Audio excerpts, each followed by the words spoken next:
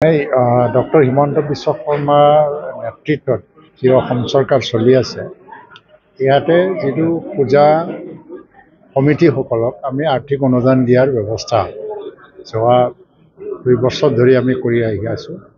এই বছৰো এটা সমিতিক আমি 10,000 টকাকৈ আগবঢ়াইছোঁ। পূজাবিলাক যাতে পূজা সমিতি পূজা পাতিবৰ কাৰণে আৰ্থিক সংকটত ভুগি পেলাই পাতিব নোৱাৰা যাতে নহয়, কাৰণ এটা পৰম্পৰা আৰু সংস্কৃতিৰ লগত জড়িত আছে, ভাৰতীয় সংস্কৃতিৰ লগত।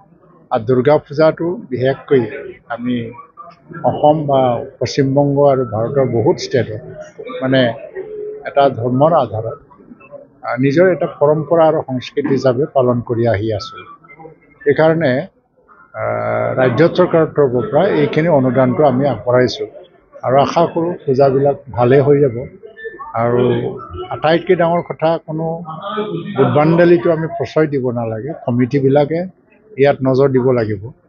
আৰু বিভিন্ন পূজা পাৰ্বণৰ সময়ত আমি দেখিবলৈ পাইছোঁ যে আজিকালি নতুন ধৰণৰ এটা পৰিস্থিতি, যুৱচামৰ এটা উশৃংখল পৰিস্থিতি বা উদ্ভণ্ডালি সৃষ্টি হয়। এইবিলাক ৰোধ কৰিবৰ কাৰণে জিলা প্ৰশাসনেও তাৰ ব্যৱস্থা কৰিব লাগিব। আৰু ভাচানিৰ দিনা যাতে নদীবিলাকে মানে ময়লা নহয়, আৰু আমি যিটো ইমাৰ্চন কৰোঁ এইবিলাক যাতে ক'ৰবাত ফাঁচি নাযায়।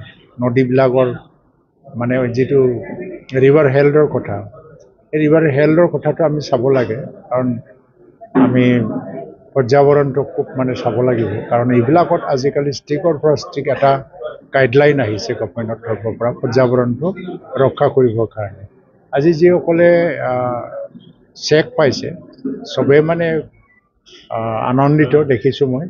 ৰাজ্য চৰকাৰৰ এইটো ইনিচিয়েটিভটো খুব ভালেই পাইছে চবে, আৰু অনাগত সময়তো আমি সহায় কৰি যাম। কিন্তু পূজা সমিতিয়েও চৰকাৰৰ আহ্বান মৰ্মে চৰকাৰৰ গাইডলাইন ৰুলবিলাকক যাতে মানি চলে।